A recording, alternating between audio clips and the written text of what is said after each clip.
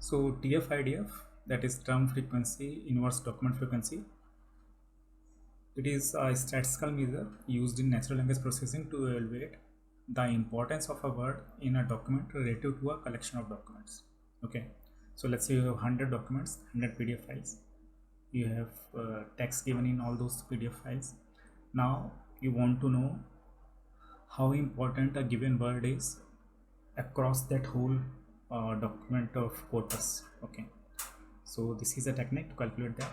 It helps in identifying words that are most relevant to a document while reducing the weight of common words that are less informative. Okay, so in a given documents, which words are more important, which words are less important, this technique is used to identify that. So far I have just given you a very dry definition of what is TF-IDF. Okay, and if somebody will give me definition like that, even I won't be able to understand much. Okay, so I'm going to explain each and every segment of this definition. Okay, so TF-IDF, let's first identify what is TF, the term frequency. Okay, what is term frequency? Then the second part, IDF. Okay, what is inverse document frequency? And then we will see how to combine both. Okay, so first I'll give you a very theoretical understanding of what is TF-IDF, and then with the help of an example, a very like a minor example, a very easy to understand example, I'll be explaining you how to calculate term frequency, how to calculate inverse document frequency, and how to combine them to get that TF-IDF. Okay, so term frequency, as the name suggests, it measures how frequently a term or a word occurs in a document. Okay, so the more frequently a term appears, the higher will be the term frequency. This is the formula for term frequency: the number of times term D appears in document D divided by total number of terms in the document. Okay, it captures the relative importance of the word within the document. Words that appear frequently will have higher term frequency, as the name suggests. So let me walk you through example how to calculate the term frequency. Okay, so think of this sentence, this document: the cat is on the mat. Okay, now we are going to calculate term frequency for each and every unique token or unique word in this sentence. Okay, why I'm saying unique? Because let's see here, the da has come twice. Okay, so we're not going to calculate term frequency twice. We are first going to find all the unique elements, unique words in this sentence, and then we will calculate their term frequency. So now look at this calculation. Okay, how many words are there? 1, 2, 3, 4, 5, 6. Okay, so total 6 words. And then how many times da has appeared in this sentence? Okay, it has appeared twice, 1 and 2. So the term frequency for da will be 2 by 6, 1 by 3, that is 0.333. Okay, similarly you can calculate the term frequency for the word cat in this document. Okay, in this document, so total number of words again 6, cat has appeared only once, so the term frequency will be 1 by 6. So this is how term frequencies are calculated in a given document. So now we will see how to compute inverse document frequency, IDF. Okay, so by definition, IDF measures how unique or rare a term is across all the documents. So remember this thing, not one single document, across all the documents in the corpus. Okay, so in your corpus, if you have 100 documents, how unique or rare a term is across all those 100 documents, that is defined by inverse document frequency. So for example, words like the, is, and, they are less informative and will have a lower IDF, while rare words which are specific to some document, they will have a higher IDF. Okay, so the formula of IDF is equal to log of total number of documents divided by number of documents containing the term T. Okay, so this reduces the impact of words that are common across many documents, and then it will increase the importance of the words which are less frequent. I mean more specific terms. So now let's take the example how we will calculate IDF, inverse document frequency. Okay, again let's go back to the old example. We have three documents, document 1, 2, 3. Okay, now to calculate IDF of the in the whole corpus across all the documents. So you can see there are total number of documents 3. In how many documents the word the has appeared? Okay, you can see it has appeared in document 1 and it has appeared in document 2. Nowhere else it has appeared. Okay, so the IDF for the word the will be log of 3 divided by 2. Why 3? Because there are 3 documents. And why divided by 2? Because the word the has appeared only in 2 documents. Okay, so this is the calculation here. Okay, so the inverse document frequency for the word the will be log of 3 by 2. Got it? So we have already computed term frequencies and inverse document frequencies. Okay, we have already computed TF and IDF. So how to compute TF-IDF? Okay, from this point onwards it will be very simple. You already have TF and IDF, just simply multiply them. So as you can see, the term frequency for the in document 1 was 0.333 and the inverse document frequency for the word the was 0.176. Okay, so the TF-IDF for the word the in document 1 will be 0.059. Okay, this is how you will calculate TF-IDF for all the unique elements, all the unique words across all the documents. So normalization of the term frequency vector is the last theoretical part of this whole video. Okay, after that we will immediately move to the practical application of TF-IDF for solving a real life problem where we'll be finding the similar document for a given document. Okay, so just hold on with me for like 10-15 more seconds. So why normalization is important? Because we know that in most of the machine learning problems, whatever is the input data, whatever is the input features. Okay, so let's say you have 10 features which you need to feed into your machine learning model. It's a good practice to convert all those features into similar scales. Okay, so let's say in one of the feature the values vary from 0 to 10. In another feature the value varies from 0 to 100,000. Okay, if you don't normalize them and directly feed them into your machine learning model is highly likely going to give poor performance. So it's not about how complex your model is, how you prepare your input data, that is also very important. Okay, so that's why just like in all the machine learning problems we do normalization, here also for TF-IDF vectors also we are going to do the normalization. Okay, so we have already calculated TF-IDF, let's say for a given document for all the unique terms. Okay, now so since it is a vector, you can compute the magnitude of this vector. Okay, this is the formula for that. Once you have computed the magnitude, simply divide the vector by its magnitude and the vector will be normalized, and then supply this normalized vector into any kind of algorithm you want. This is a fundamental rule of thumb. Normalize your data before feeding it into your machine learning model for training. So we have gone through enough theory so far. Okay, and you all must be feeling bored. You want to get your hands dirty while solving a real life problem. That's what we are going to go ahead with. Okay, so this is the problem statement. I have took this data set from Kaggle. It is a news data set. This data set has these many fields: category of the news, headline of the news, who is the author of the news, link of the news, then short description and date. Okay, so the problem is I'm only going to work with this headline column, and the problem statement is, if I give you a news headline, can you find me similar news headlines from this data set? Okay, so for now just look into the approach that I have followed to solve this problem.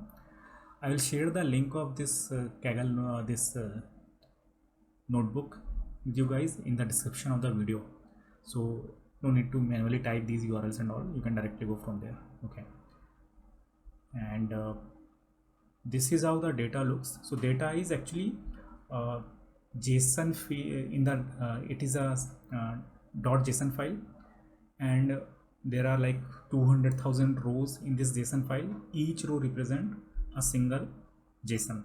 Okay, and each JSON is made of these 6 different fields. So you can see here I have copied one example. This is the link. After the link we have the headline, then we have category, and similarly we have all the other fields, authors, whatever has been mentioned here. We are only concerned about the headline. We are going to use that only. Okay,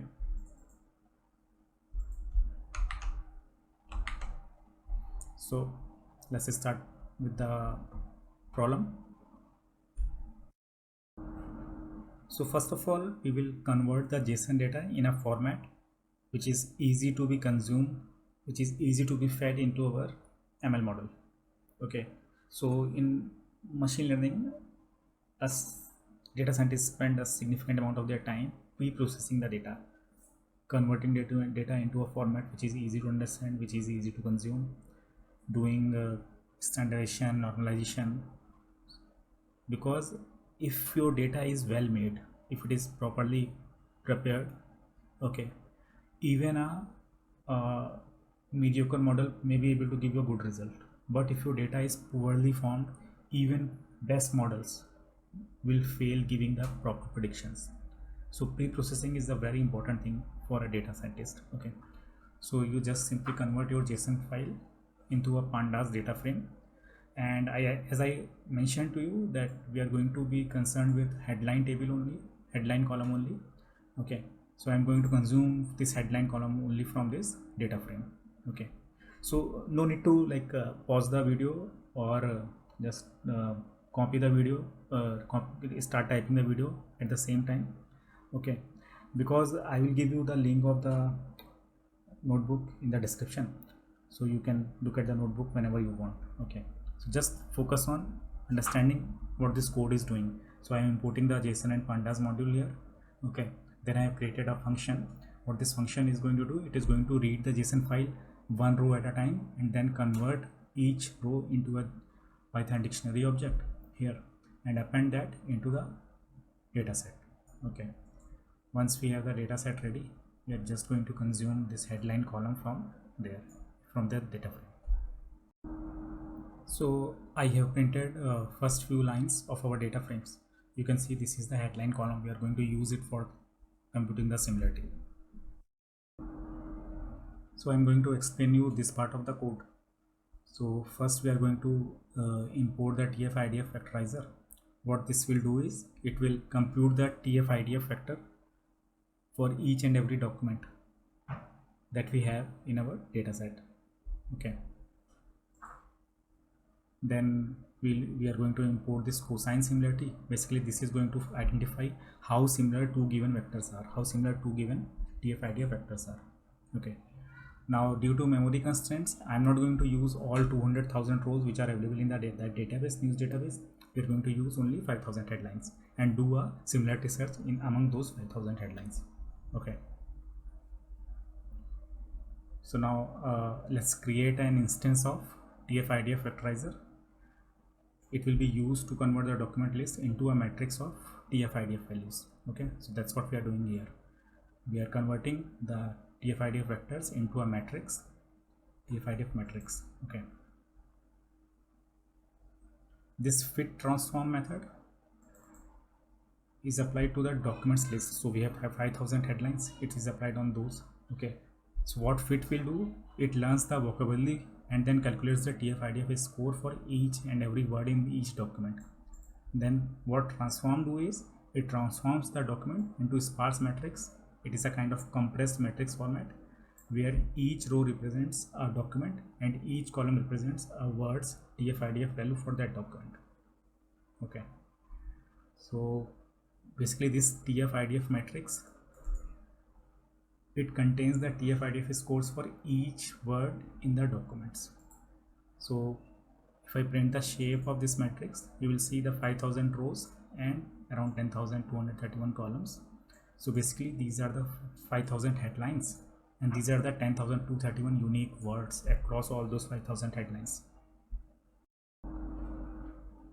So first we will look into what is cosine similarity. Okay, so cosine similarity, it computes the similarity between each pair of documents based on their TF-IDF vectors. So cosine similarity measures the angle between two vectors. The closer the angle is to 0, the more similar the vectors and their corresponding documents will be. So the result of cosine this cosine similarity function is a square matrix where the value at I, j place, ith row and jth column represent the similarity between document I and document j. So basically it represents a matrix, and each pair of our whole document database is represented by 1 point somewhere on this matrix. So that's what this matrix represents. So now let's define a function to get n most similar documents for a given document. Okay, so this function takes three parameters actually. The first parameter, cosine sim, this is the cosine similarity matrix that we have calculated here. Then the second parameter is the index of document for which we want to find the similar documents. Okay, so we have documents from document index 0 up to 4999. Why 4999? Because we have total 5000 documents, and Python is a zero index language, right? Okay, and then this n represent how many similar documents that we want to find. Okay, so what this row do? Okay, this line creates a list of tuples where each tuple contains the index of a document and then the similarity score between doc index. This is the doc index, the document index for which we want to find the similarity. Okay, and the document retrieved from the cosine similarity matrix. Okay, now we sort those similarity scores in the reverse order, and then based on the number of similar documents that we require, we get those documents index from the sorted list. Okay, so let's say document at index 100 is matching with these documents at in following index. Okay, in the decreasing order of similarity scores. Okay, so once this function is ready, everything is straightforward from that point onwards. You give your cosine similarity matrix here, you give the index of for the document against which you want to do the search, and then you give the count how many match you want. Okay, so this was our input document. Okay, at the 100th index in that 5000 document database. Okay, this was the document, and we want all the similar documents which are matching to this. Okay, so we have already calculated the TF-IDF vectors, we have calculated their similarity, cosine similarity scores, and you can see yourself, this was a real life data set, and we were able to get very similar documents. Okay, so this headline was something related to war, North Korea, US, Russia, and if you see these matching documents, this first document belongs to some weapons which represents some kind of war, and then North Korea matching here. Okay, the second document, it is also about North Korea. Third documents about North Korea, US. Okay, fourth document again North Korea with some weapons. Again this document is also North Korea, some weapons and all. So you can see, although TF-IDF, it's not deep learning, it's not very complex machine learning, just simple maths, the simple frequency computations, it is able to give very good results. This is the whole thing about TF-IDF, and I'm going to attach this notebook and the Kaggle datasets links in the description of this video, so you can copy this code and mix and match, do some changes into it, test it on some different database. Okay, and it will give you fairly good results. Okay, so give thumbs up for this video. I'm going to create more such video in NLP. I'm going to create videos using machine learning in NLP, and then I'll slowly shift to deep learning in NLP also. So because as a data scientist today, in today's time, without deep learning, it's not very easy to survive in the job market. So it's better to have both the tools in your kitties, machine learning and deep learning. Okay, so thank you guys very much. Let's wait for the next video. Give thumbs up, share it with others. Thank you.